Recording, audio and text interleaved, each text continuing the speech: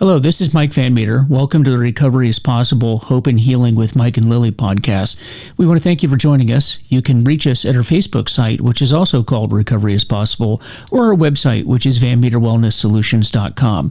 This podcast exists to educate the public about addiction, remove the stigma associated with addiction, and offer help and support for those suffering from addiction.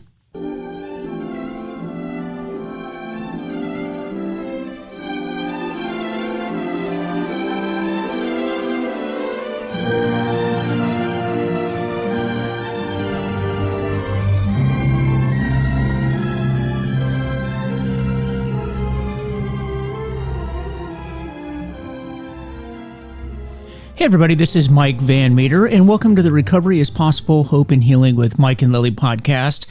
And we have a really appropriate subject for you tonight, and that's going to be dealing with peer pressure when it comes to folks that are in recovery, particularly because we're rolling into the holiday season. And if you get a chance, I've done 2 episodes before. I've episode 89 or 84 rather of this podcast.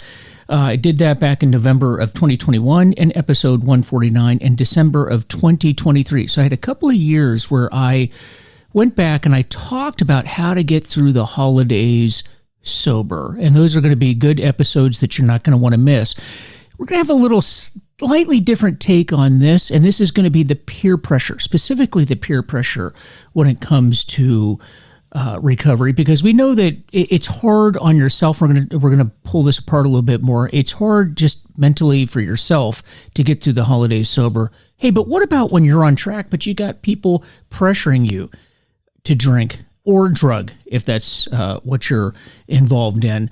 And this subject comes up over and over and over. It came up with one of our family members, and that was really the impetus to this whole episode. And we want to dissect this tonight because it's a very good topic, and it's something that really a lot of people fear. If you're in recovery, I know the holiday season, if you're in early recovery, holiday season is fearful because you know what's coming. You know what's going to happen. So with that, let me have Lily come on the podcast and give us some of your thoughts, and we'll dive right into it. Hey, Mike. Mike and I were talking about earlier about what would be a good topic to talk about today. And as we are going into the holidays and everyone's starting to plan what are they going to do for Thanksgiving and what are they going to do for Christmas. And with that, especially when you're in early recovery, and we talked about it being a family disease, we've talked to you guys before about how Mike and I, the elephant in the room is the disease, and he and I partner together in order to help him in his recovery. And so, especially in those early years, he and I really sat down and talked about it before we approached or visited families so that he was armed and had the support from me in order to be able to help him. Yeah, and it is difficult going into the holidays. And let me just start a little bit with, how your mentality should be, right? Your mentality should be this. Going into the holidays, it's a mental state. Always remember that. As you'll find in some of the other episodes that I covered with this, I remember when I came out of treatment myself. The place where I went to treatment, they have these alumni organizations. And in those alumni organizations, oftentimes they'll have guest speakers that will come in and cover different topics. And it was either my first or second year. I think it was my first year in recovery. They had a guy come in and he was talking about the subject of how do you get through the holidays sober? And he made some very important points. Now, a lot of it was scientific and medical, and I don't want to bore you with that. The key takeaway for me, the one thing that I remembered from that discussion was this. Remember, your body, your brain doesn't know what time of year it is. Think about that. Your body actually doesn't know what day, time, season it is during the year. December 24th, December 25th, November 25th is no different than June 26th. Physiologically, your body does not know what time or day. I mean, it just doesn't know. So what's the problem? It's your brain. Your brain. There's the buildup. There's the pressure. There's that pressure that I have to drink. But where's the pressure coming from? And that's going to be the subject of today's podcast, is what's going on with your mind. I've said this over and over and over again, that addiction is a disease of the mind and the body.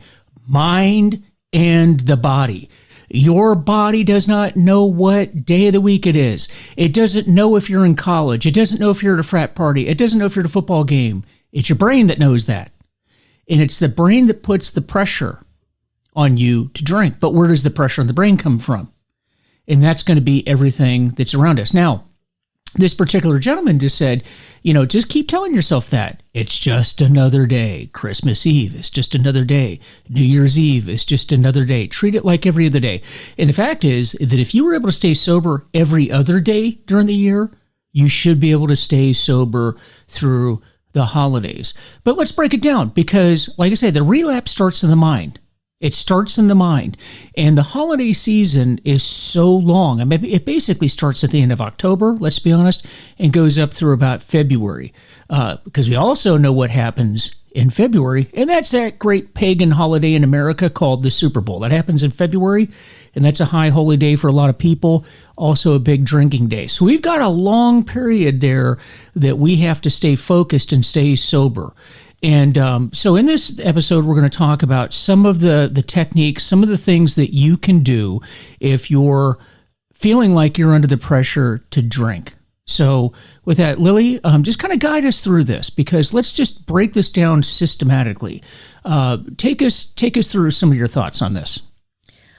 Well, I would say, Mike, what are some, it depends on each person, but like you were saying, as we go through the holidays, you can treat it as any other day, but there's reasoning, right, between end of October, starting with Halloween, I'd say, or even because football season has just started, right?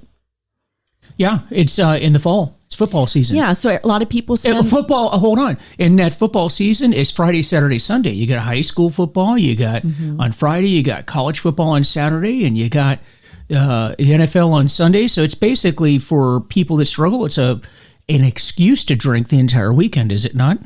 Yeah. So what would be some examples before we go into the ways to combat those pressures? What are some typical examples that folks normally go through around this period up through February? So you did a broad stroke, but what are some examples, or even in your particular case, what were those specific pressures that you encountered? Well, during the fall in particular in the United States, and it may be true in other countries, but certainly the United States, there's a lot of events. People are back in school. They're back in college. They're back in, kids in their high school. You have a lot of neighborhood events. We actually, just in our neighborhood here, I don't even know if you're aware of this, Lily, but they shut down a couple of the streets in our neighborhood to celebrate Oktoberfest. What is Oktoberfest? It's an excuse to drink, okay? And so it seems to be a lot of that. People are back at work. You have... maybe your kids are coming back from college and you want to go out to dinner.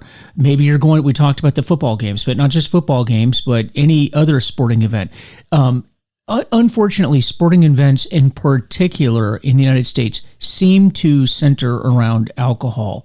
And there just seems to be such an influx of that during this particular time of year.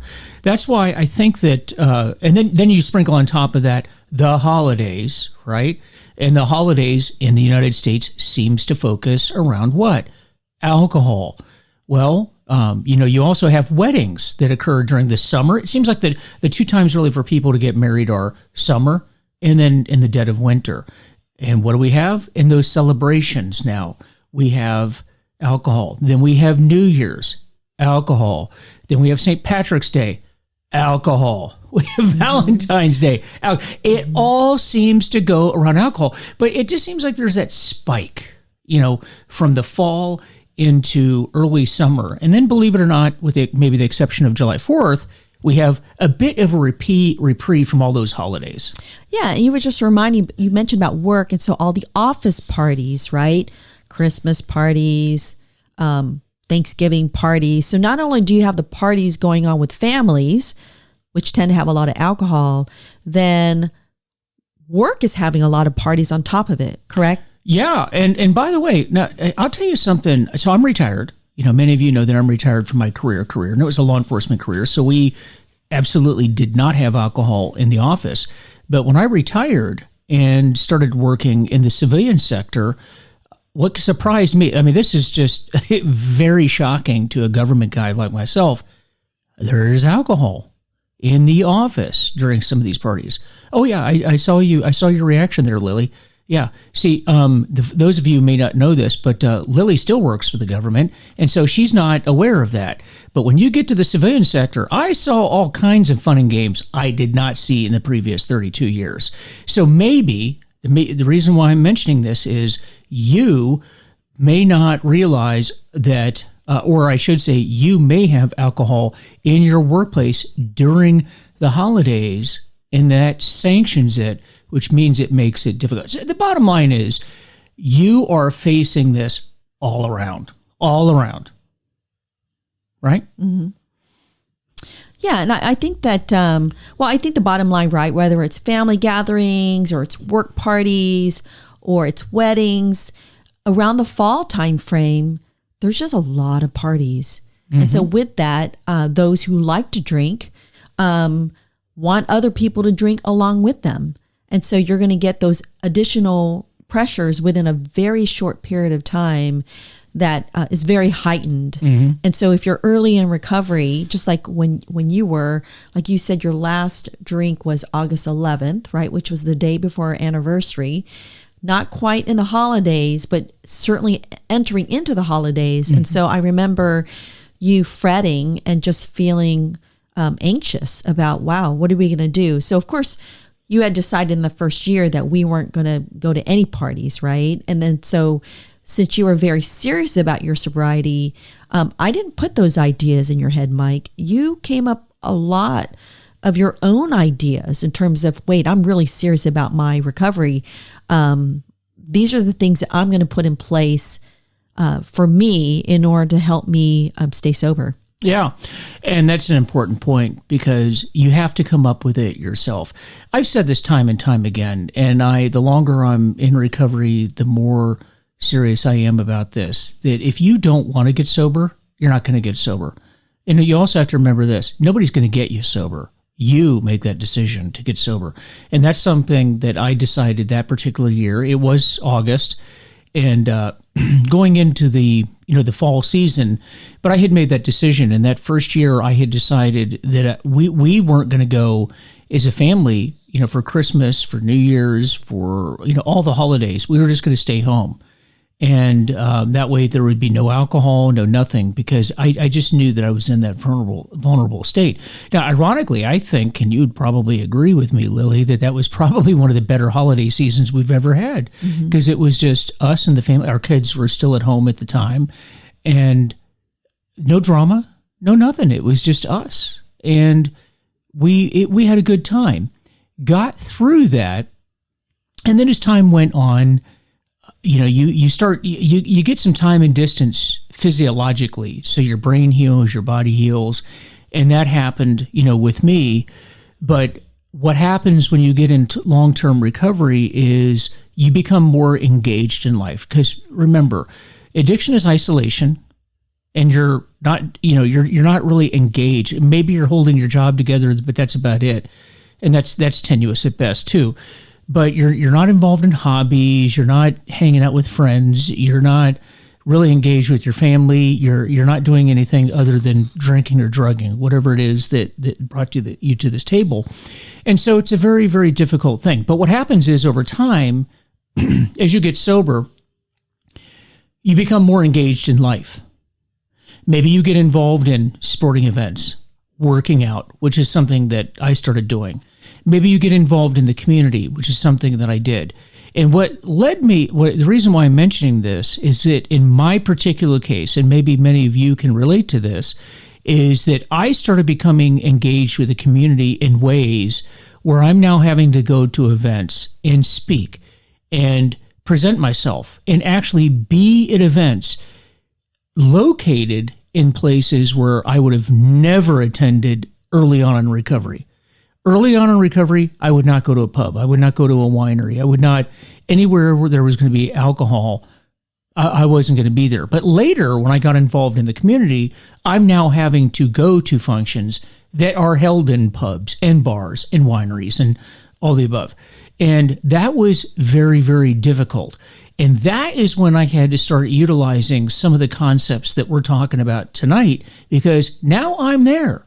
Now, these are not recovery. The things I'm involved in the community are not necessarily recovery related things. So there's a lot of alcohol there. So what do you do when you show up? A, those people are all drinking a lot, but B, they want you to start drinking. So I had several years there where I had a lot of pressure on me to drink. And that's the subject of tonight. That's going to be the central theme of tonight. So let's get into that, Lily. So here we are. We're at events.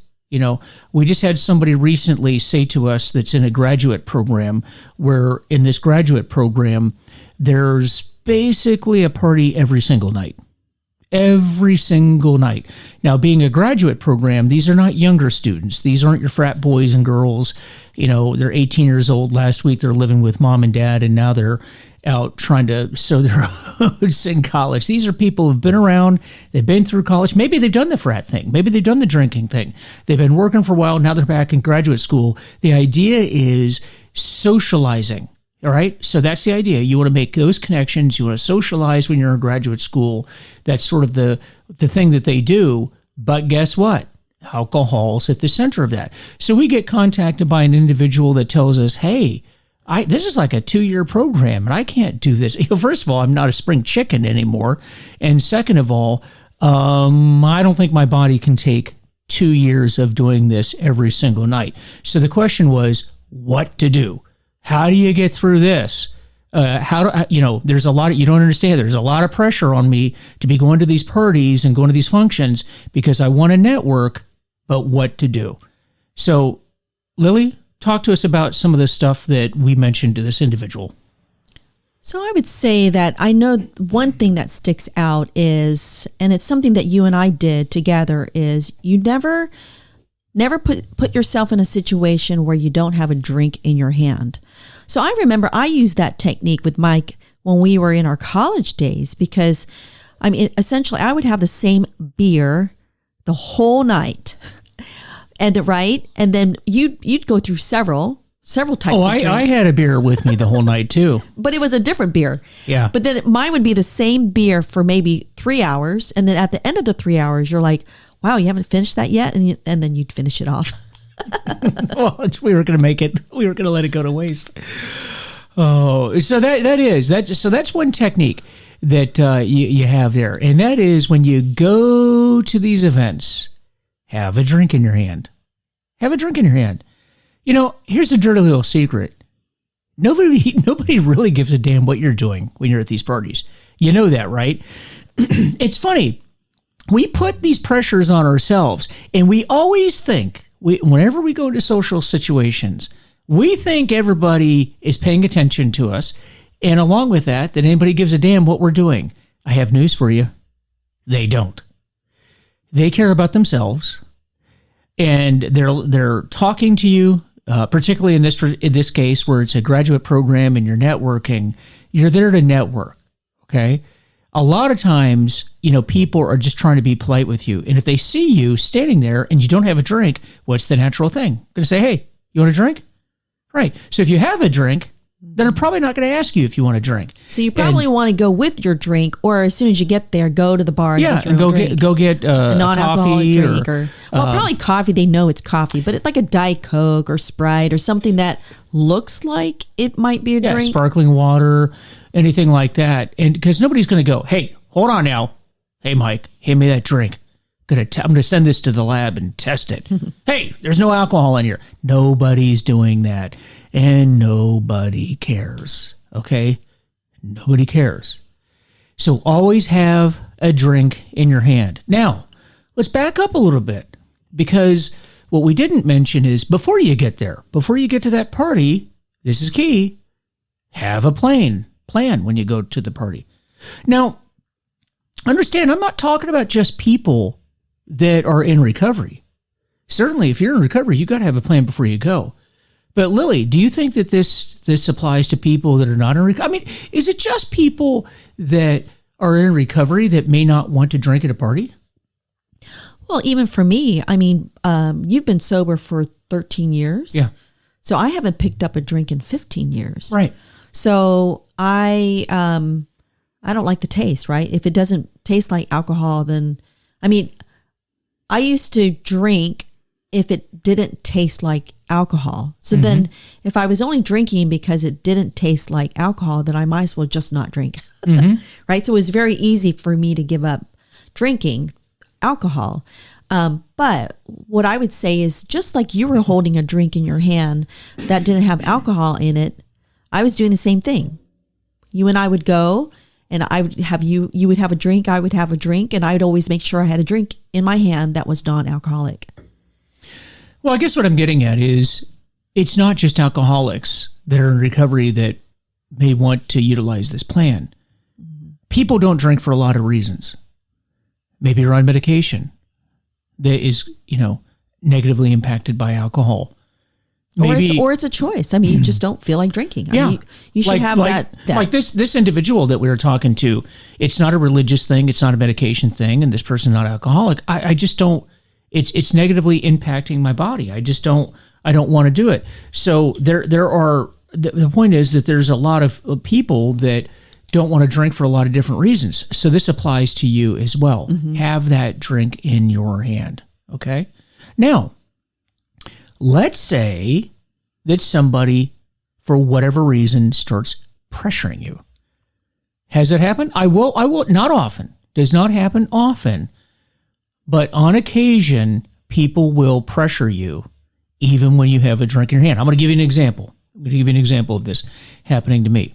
Our son graduated from college, and we were able to drive down to, now where he went to college it's one of those, it was close enough where you could drive down there, be there for the day, and then be back and be in your own bed at night. Well, so we go down, and he had a group of friends that had their families, and they decide they're going to get together and rent out a place and have just a party with the families. Big drink thing, open bar, whole thing. So I get there, and it's pretty obvious that one of the other parents has already been drinking for quite a while before we even got there. An open bar, and this individual trying to be nice, that's really all it was, is he's just trying to be nice.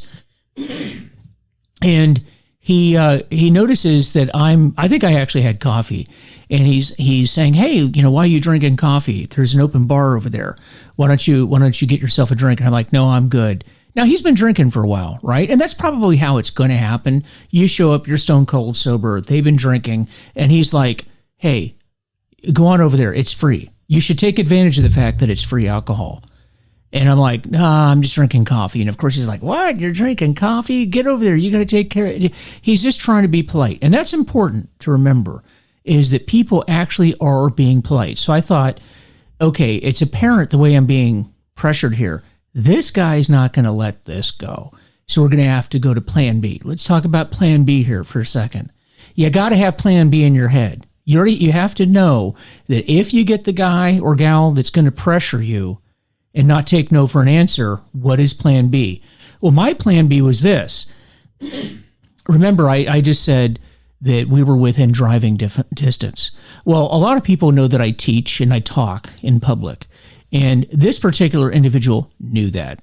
And so what I told him was, "Hey, I would love to go over there and have a drink, but I got to teach in the morning." And he's like, "What do you mean?" I said, "I have to go home tonight. I got to be up early tomorrow morning because I got to teach in the morning." He's like, "What?" I said, "Yeah, I'm sorry, but as soon as we're done here, we're leaving. And we're going back to our home so I can get up and teach in the morning. Otherwise, I'd have a drink, because I got to drive. I got to drive about an hour and a half back to our house." And he's like, "Oh my gosh, that's horrible." And I said, "Yeah, I know." Guess what? It worked. He was done because it was a logical explanation. We did live in that. Now, the fact is, we weren't going home that night. But he doesn't know that. He has no idea what we're going to be doing. And so that was my plan B. But here's the thing. I've been sober long enough where I had, talked about religious. A lot of people know that I'm a religious person, so that ties. I've used that before. Training for a specific event, or in this case, teaching. But have those stories in your head. You might have to use them. Mike, you were just reminding, there was a friend of mine at work that was saying, hey, there's this really good podcaster, or it's a woman who does reels, and it's called Lie to Survive. And basically she tells you... I've not heard of that. Yeah, so I'd never heard of her, but she's got, I don't know if it's a podcast or has these reels on either Facebook or TikTok, and it basically talks about how you never want to, like, say, for example, somebody just cold calls the house, right? And then saying, oh, are you alone? You are never alone. Or if somebody walks up on you and say, oh, are you here alone? No, my boyfriend's coming, or my father is just around the corner and they're coming to pick me up. And so she says that you never want to put yourself in a situation where you're alone and the stranger knows that you're going to be alone, and then you become a target. So I was just thinking, when you talk about your sobriety, it's between life and death. And some people might say, well, you just lied, so that's not very ethical. But when you think about lying to survive, it's your survival when it comes to your sobriety. And so when you talk about a plan, right, and setting those boundaries around yourselves to protect yourself from drinking again, like we know in your particular case, you pick up a drink, it got pretty bad, the last drink that you had, right, in terms of in the hospital, and we've shared your story before. And so this idea of lying to survive, that resonated with me, because when people are pressuring you to drink, that's life and death for you. Yeah, and it's not their responsibility to understand that. It's your responsibility to understand that. You are responsible for your sobriety. Absolutely no one else is. So when you hear people say, I drank because my wife was mean to me, I drank because I lost my job, I drank because someone died, you fill in the blank. That is not why you drank. That you drank because you're an alcoholic. And those were not the reasons why you drank, because plenty of people go through all of the things that I just mentioned and don't drink. It is your responsibility, and your responsibility only, to come up with ways to get the pressure off of you. Now, here's another thing. Setting a time. There has to be a drop dead time during the evening, or maybe earlier than that, depending on what the event is. If it's, you got people that tailgate at these football games that start at like 8 in. There has to be a drop dead time to leave. And that's, have that exit strategy. Have the exit strategy. Here is what I have found out. Remember, I was just telling you that in the last few years, I was involved in some things in the community where I had to give speeches at bars, at pubs, at wineries. Usually by the time I was up to speak, everybody in the room has been drinking for 3 or 4 hours. Now, Lily, I don't know how often you are in rooms where you are the stone cold sober person and everybody there is pretty liquored up. It gets pretty stupid pretty quick. It really does. Yep. And there's nothing like trying to have, like in my case, very serious conversations about very serious issues with people that have been drinking for 4 hours. It gets pretty stupid. You end up having the same conversation with the same person 6 times, only the 6th time is a lot louder than the first time. Okay? Now, the reason why I mention that is what I found is I had to make appearances for what I was doing. I had to make appearances at these things. Not going to get out of it. And the listeners may be, you're like, Mike, you don't understand. I have to go to the office party. I got it. You have to make an appearance. But make your appearance. Remember, after a while, people don't know whether you're there or not. The next day, next week, whatever the case may be, they will remember seeing you. And they will remember talking to you. They probably won't remember what they were talking about, but you made your appearance. But then you get out. You get out of there and set a hard time. Let's just say midnight, for example. Whoever you're going with, your partner, your spouse, maybe you're going by yourself, you make a commitment. Midnight, I'm out of here. or earlier. Remember, there's that old adage, nothing good happens after midnight. And I can tell you this, that over the years, whether it was military, the police, the FBI, the rest of my career, lots of bad things happen. Drinking incidents, a lot of bad things with drinking incidents happen. Nearly all of them happened after midnight. So you're saved that. But if your idea, if like in my particular case, I'm going and I'm having serious discussions with people, or let's say you're that individual that talked to us about the graduate school, you're not having any productive conversations after midnight anyway. And in fact, I would argue earlier than midnight. But in any case, you make that decision. That's going to be the drop off, and hold yourself to it. 11 p.m. gone. We're out of here. What do you think of that? That's a good idea.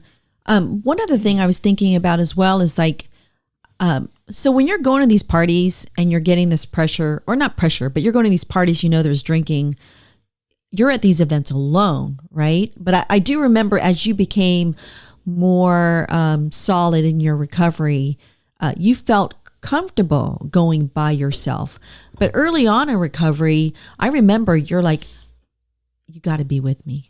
Hey, I can't go to that. I mean, I wouldn't recommend right. going You always alone want in to early either recovery. bring your sober friends, but of course, obviously I'm sober. So I would always be with you. And I remember you telling me, hey, I can't go to this event without you. And so that's another recommendation is if you're going to go to these places and you have to go, bring a sober friend. If it could be a brother or sister or a spouse or someone who knows that you're in recovery, knows that you're trying to protect your sobriety, bring them with you. That way you have an out. Oh, she's got to go somewhere. He's got to go somewhere.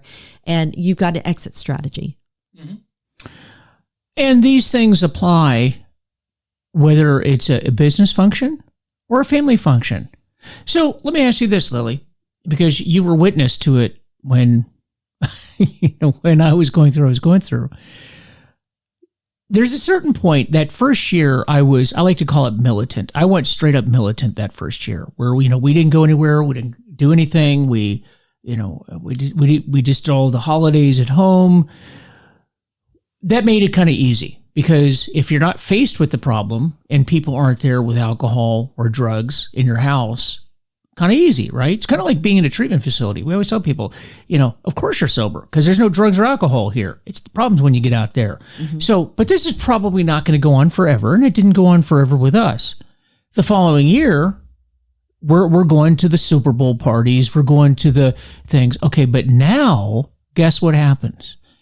Everybody that's around you, because they don't understand addiction, they don't understand the disease of addiction like we do. What do? We hear this quite often. You're okay now, right? Mm. You're healed. You're better. I remember the first time that happened to me. You may remember this. We went down to my dad's house in Florida. And my mom passed away, and he's remarried, so he's got this new wife. And we go down there, we're visiting, and they say, hey, we're going to go to dinner. We're going to go to dinner tonight. Oh, great. What are we going to do for dinner? Well, there's this nice winery over here. Do you remember that? And they said, we're going to go to this winery. And now this is a year and a half, maybe into recovery, 2 years, somewhere around there. And they said, we're going to go to this winery. And I looked at them and I looked at you and we're like, what? Now, just so you guys know, it's just by way of background. My dad knows I'm in recovery. He knew the struggle. We had shared the story with him. And we are looking at him like, wait, what did you just say? Are you kidding me? And he looked at me and he says, what? It's a very nice place. I said, I don't doubt that, but it's a winery. Also, by way of background, my drink of choice at the end of my drinking was wine. Why in the world would we go to a winery? And he looked at me and completely serious, and he goes, aren't you better now? Why can't you go? And that's when I had to educate my own father on the disease of addiction and how this works. Now, remember, I wasn't mad with my dad. It is, they don't understand it. You have to remember that the people around you mean well. They just don't know what you and I know. But again, it's not their responsibility to know that. Now, it was a teaching moment for my dad, and he got it, and we ended up not going there. But it's not limited to my dad. You can go to a party, you can go to the family function, and those of you that are in the first year of recovery or in your second year of recovery, I'm going to put money. You're going to go to a family event, and your own family member is going to say, "Hey, it's been 2 years. You're good now." Be ready for that. Have a plan for that when you go in, because that is a danger time. Remember, it's the first drink that kills you. It's not the 100th. It's the first one. But there's going to be that pressure to have that first drink. And once you do it, you start that whole progression of the disease again. And remember, it's easier to stay stopped than to get stopped. Always remember that. But do you remember that story, Lily? And how we kind of looked at each other? No, I don't remember that, but I do remember that, just like before you got into recovery, you didn't really understand the disease of alcoholism, correct? Well, how much more for your family members? So you can't, like you said, the alcoholic or the addict needs to understand more than above anybody else what the disease means. And then recognizing that there's a stigma out there, and that the people who are not in your shoes, unless you're in it, they don't really get it. And so you have to accept the fact that the people around you may not get it or may not understand it because they don't have the disease. And so, and unless they're affected, like a spouse or someone who's lived it day in, day out and sees the disease played out, those individuals definitely understand that it's a disease. And really, Mike, in your particular case, because you relapsed and you slipped so many times, it basically was a clobbering of my head to realize, oh, yes, you have a disease. And so it was only when I accepted the fact that you really had one, and it wasn't something that you could just make happen, right? There were a lot of things that you had to not only acknowledge mentally, but there was so much physicality of it, right? Avoiding it, all the things that we're talking about right now. Unless you've lived it, you don't fully understand. Yeah, that's true. That's true. It is your responsibility. I cannot say that enough. But here's another thing too that I think is important. Remember I was talking about how your body does not know what day it is, what time it is. It doesn't. Really, really focus on that. And what happens during that time of year, the holiday time of the year, kids get out of school. Holidays are going on. If you're working for the government, you're taking time off. A lot of workplaces take time off. I work at a hospital, so we don't get time off. So it's not a problem for me. But for those of you that actually get time off from work, it's kind of a danger area in the sense that, when you are working your program the rest of the year, what do you have? You have your routine. You're getting up. Maybe you're doing your prayer. You're reading. I suggest doing that. You're going to work. You're going to meetings. You're probably working out. You got school functions. You've got that routine. And in recovery, routine is vital. It is vital to have a routine. But what happens during the holidays? Kids are back from college. High school is out. Those things aren't there. You're not going to your meetings. What I would recommend is, as much as you possibly can, treat every day in the holidays like any other day. Now, of course, you may not be going to work and you got the kids there, you got, all this kind of stuff going on. But as much of the structure that you can keep in place, try not to sleep in later, okay? Or at least not too much. Go to the meetings. Make sure you're going to meetings all throughout the country. In fact, what happens with a lot of AA in particular and NA in particular, they tend to have more meetings during the holidays. So in that time, so let's say you're not going to work, go to more than one meeting a week or per day. Get your reading in. Set a time to do literature, but be structured. Go to bed on time. Whatever your normal sleep time is while you're working and not on the holiday period, make sure you're doing that now. But the key is, remember, your body doesn't know what day it is, but but you treat your day the same. So that way it gives that ambiance that nothing has changed or very little has changed. Does that make sense? Yeah. And, Michael, you just reminded me that I remember when, the first year we stayed home, right? We didn't go anywhere. But then the following year, everyone's asking, hey, you didn't spend Christmas with us. Can you come down this time? So I remember going down there, and I remember that's when we found out there are meetings, right, during the holidays. And so I went with you, and we went to open AA meetings. And so we went to some speaker meetings. We went to, of course, it's the holiday. Sometimes they have candlelight meetings. And so in both locations where both of our parents live, we found meetings. And so, and every meeting has its own culture. And actually those were kind of fun, right? Yeah. Yeah. I actually like going to meetings around the country because, different regions of the country, and you hear different stories. You hear different stories, different, you see different faces, meet people. There's like if you go into the deep South, which is where our families are from, meetings are run kind of a way. Here in the Northeast, they're run. If you go to Vegas, it's like really different than California. It's California, but it's nice to see the meetings because it's, they are a little bit different, and so it kind of gets you out of your shell. And again, you're picking up, little by little, but that's important.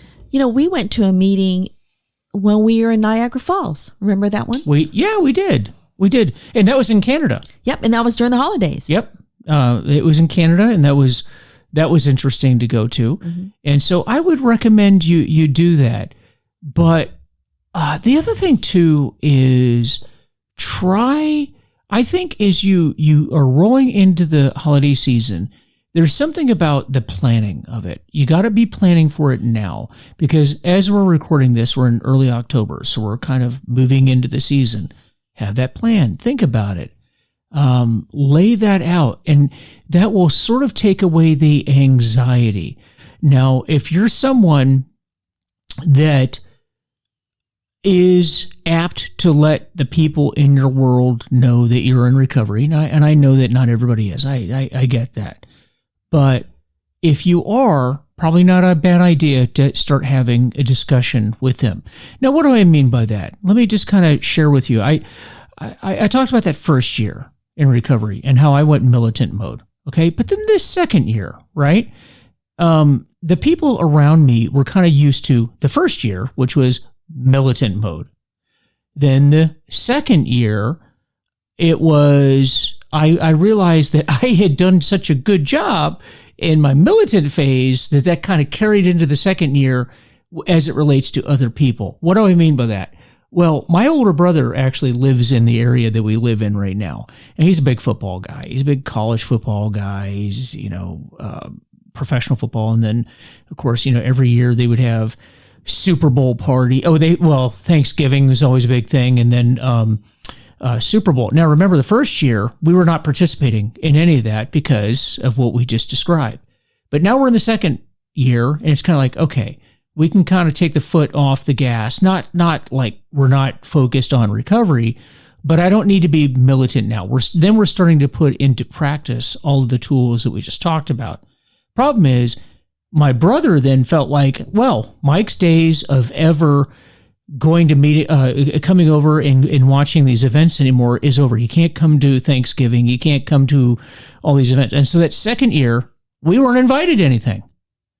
And so I remember talking to my brother about it. And I'm like, hey, what's going on here? Are we voted off the island? Are we voted out of the what's going on? And he looked at me and he said, no, I thought that's what you wanted. I didn't want to put pressure on you. I didn't want to do these different things to make it difficult for you in recovery. In other words, he was actually trying to respect the fact that I was in recovery. And that's when I had to have the talk with him that, hey, I'm not asking you to change your life. You do you. He's not alcoholic. I don't think the people in his family are alcoholics. You do you. My response, and that's when I had to explain to him that my recovery is my responsibility. If I need to leave, I'll leave. If I need to not go, then I won't go. But you can invite me, and I can go to these things. And then whatever happens once I get there is up to me.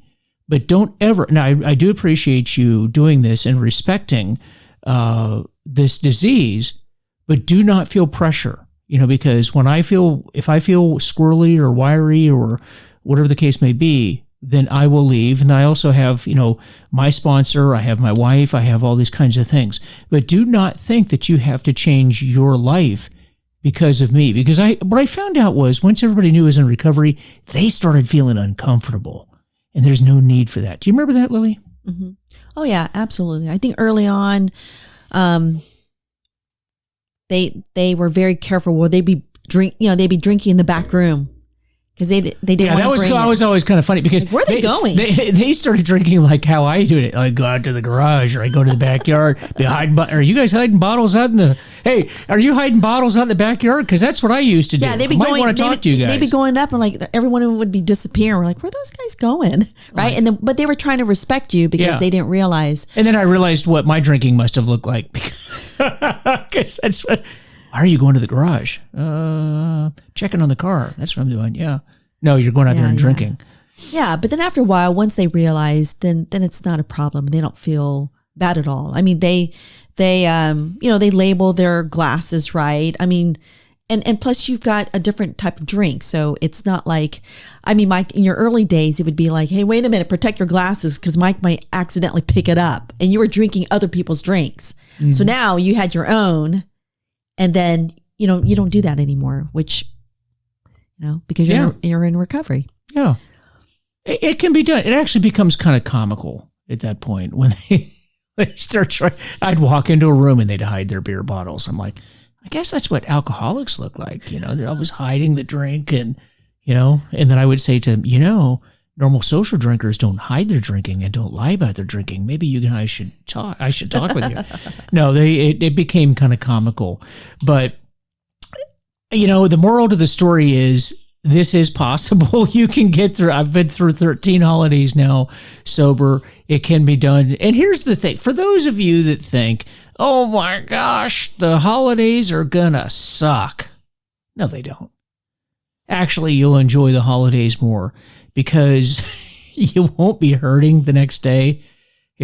Basically the holiday, it won't be 2 months of a hangover, 2 months of a continuous hangover. You'll be able to get up and do things. You'll be able to spend time with people. You'll be available for people and you'll have fun. Listen, I got to tell you something. If you know me, I like to have fun. I like to laugh. And if recovery sucked, I wouldn't still be doing it. That's not the way that Mike rolls. I like to have fun. So if it was bad, actually you have more fun this way. And, the other thing too is that I'm just going to throw this out there. When I talk to patients and we talk about stressors and we talk about triggers and we talk about relapse, the majority of the time, it is centered around stress with family members. It triggers our family members. There's dynamics that come into play during the holidays. There's such a buildup to the holidays. There's this expectation of the holidays. It's the happiest time of year, isn't it? We're all going to have a good time. And we're told we're going to have a good time. You're going to get everybody together and you look at the television and look, it's so warm and inviting. We're around the fire. We're around the tree and everybody's having fun and everybody's getting together and everybody's working hard to get home on the holidays. So I got to be home during the holidays to be with my family, right? Because it's going to be this great, great time. But that's not the reality. The reality is for most people, the holidays is actually quite stressful. Why? Because there's family dynamics. Not everybody gets along with their family. And in fact, a lot of patients I talk to, if I say, name the top 2 people that just stress you out and you don't like, it will usually be a family member. And now you're required to be with your family member. You're required to be with him. And so there's drama, there's emotions, there's hurt, there's deep emotional hurt that has been perpetuated over a lifetime. And now you have to be in the same house with that person and dump alcohol and drugs on top of that. And it is a recipe for disaster. I can tell you, Lily, that when I was a police officer, every year that I worked as a police officer, the most arrests that I or any other cop I worked with, the most arrests we made was during the Thanksgiving season. Ironically, not Christmas. My theory is it's because that's the beginning of the season and families start to get together during Thanksgiving, and it's a lot of really built up emotion for the whole year. Then you dump alcohol on it, and that's when all the fights and the arguments start. And by the time December rolls around, people have just kind of like settled into a routine and have been drinking for a couple of months. But a lot of tension during the holidays. A lot of tension. And well, it's forced togetherness. Which is interesting when you think about, well, obviously Thanksgiving is a secular holiday, right? It's the celebration of being thankful for everything that we've got, right? But some families are actually not thankful for the, being with the families that they are, right? Especially if there's trauma, there's difficulty, right? But even in those difficult situations, even in those difficult homes, there's still this idea that we have to have forced togetherness. And so, like you said, you top on alcohol and drugs, and families that don't even get along, they're still forcing themselves to be with each other, which is quite interesting when you think about when you were early in recovery. We're like, no, the tensions, the anxiety, the forced togetherness is not good for your sobriety. So we made a decision as a family not to do it. And so if you think about it, that actually created a trend in the future where, hey, if we're able to go home, we would go home, but we didn't put that pressure on ourselves that we must visit our family. Because when you do that, you set these unrealistic expectations that you pretend to be happy to be with your family when in reality you're not. Yeah. And it's all very fake. So then it's very fake. And then there's this expectation and all this tension. And then when somebody screws up or someone says something bad, boom, you've got, the top of the, whatever, You've been drinking. Yeah. Yeah. Or in my first year, and why I didn't want to take it, I wasn't drinking that first year, but they were, and really bad things happened. And so you have to have that self-awareness. And we talk about spiritual fitness in recovery. And you have to ask yourself, moving into this holiday season, how's my spiritual fitness? It may be that you've had other things going on during the year, maybe a death. Maybe you got work issues. Maybe you lost a job. Maybe marital things aren't going well. Who knows? It could be any number of things. But going into the holidays, just for whatever reason, spiritually, you're just not there, and you know that. Now, I know in my own recovery, I've kind of gotten to the point to where I can really recognize it now. I know when I'm vulnerable. If there's things going on at work, if there's things going on with you, if there's things. Again, just life things happen, and it can just kind of spiritually, you're in a bit of a darker place. Probably not a good idea then to walk into a lot of forced family drama on top of that. Only you can answer that question. Remember, spiritual fitness.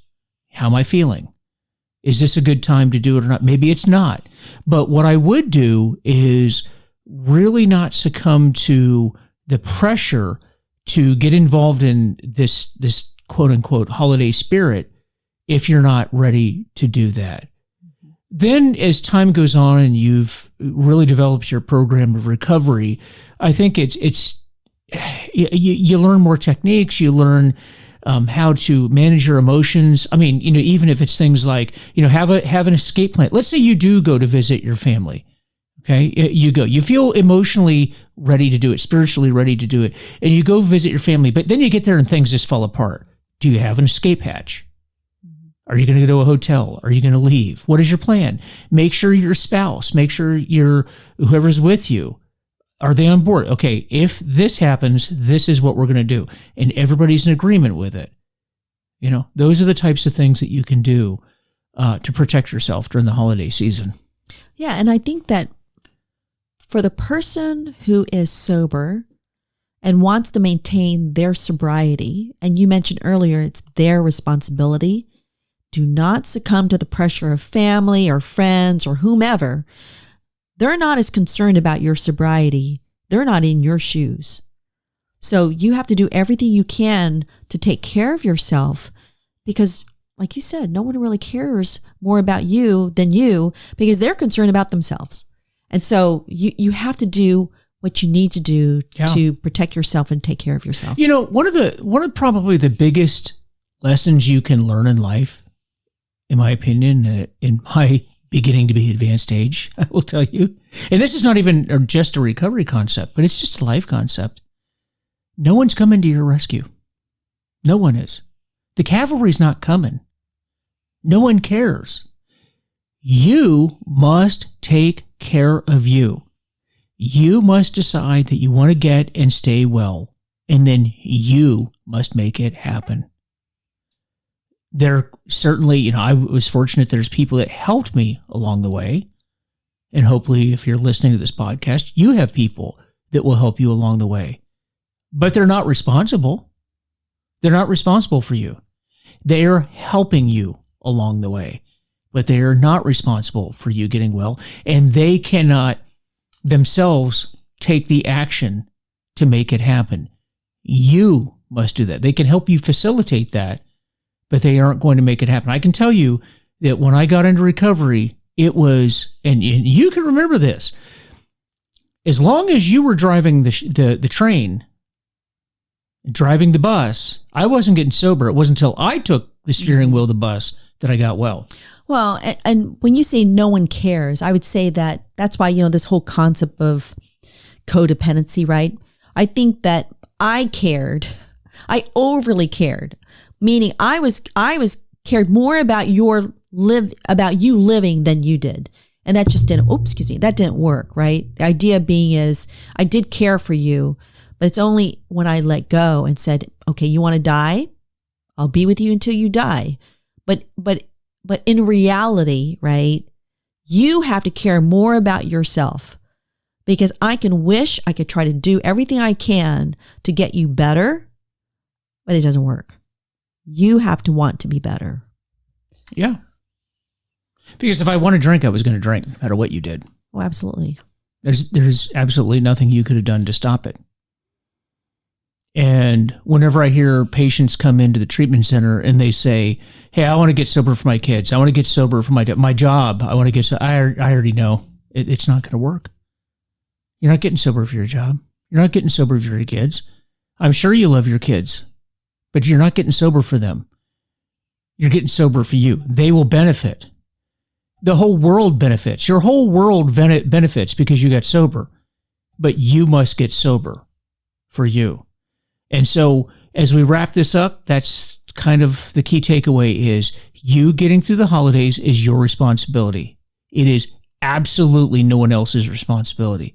So think about the things that we talked about here tonight, and I'm sure that it will be helpful to someone that's out there because I still remember to this day that speech and you were there for the speech where this guy talked about it. And I just thought that was such a novel. Sometimes in recovery, some of the most profound things that you hear are absolutely the most simple things. And that was, the guy just said, your body doesn't know what day of the year it is. Is it June 1st or, December 25th? Your body doesn't know. It has no idea. It's just another day. Keep that in your mind because that's stuck with me. And it's these simple little things that helped me in early recovery. Do not overthink this. Do not overcomplicate this. Stick to the basics because the basics will get you through. Okay? Down the road, you can explore and you can do other things. But if you're in your first year of recovery, right now, if you're going to this season and you're in your first year, you're not ready to branch out and experiment. Just stick to the basics. Stick to the basics. So, Lily, any final thoughts before we close out? I think that today, with our listeners, hopefully we gave you some good ideas for yourself that you can use that can help you stay sober. And I'm sure that many of you will come up with your own ideas.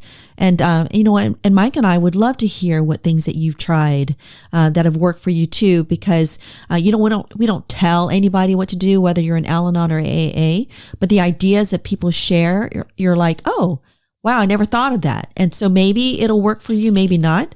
But there's other ideas and lots of ideas, because sometimes, we limit ourselves. And that's the nice thing about telling stories and hearing each other's stories, because it helps us to think about those things that might possibly work for us. And so we encourage you to do that. And, we're here to support you in your recovery. Absolutely. And please do go back and check out the previous episodes that we did. That's episode 84, which was done in November of 2021, and episode 149, which was done in December of 2023. And both of them have to do with getting through the holidays sober. And it's interesting. I might have had different perspectives during those times because there's a couple of years apart. Hey, looking forward, we have a few exciting interviews to come up, or that are coming up. And you're not going to want to miss these episodes. And they're going to be talking about really resilience, finding your purpose in life. And because that's a big part of it. Once you get sober, then what you're going to do is you're going to find your purpose on earth here in the days that you have between now and you exit. And you want to make your life purposeful, and you want to have that center, and you want to make an impact on the community and on your family. And that's what we're going to be talking about in some of the episodes moving forward. So with that, again, this is Mike and Lily Van Meter, and this is Recovery is Possible, Hope and Healing with Mike and Lily. You guys take care of yourselves, and we will be talking soon.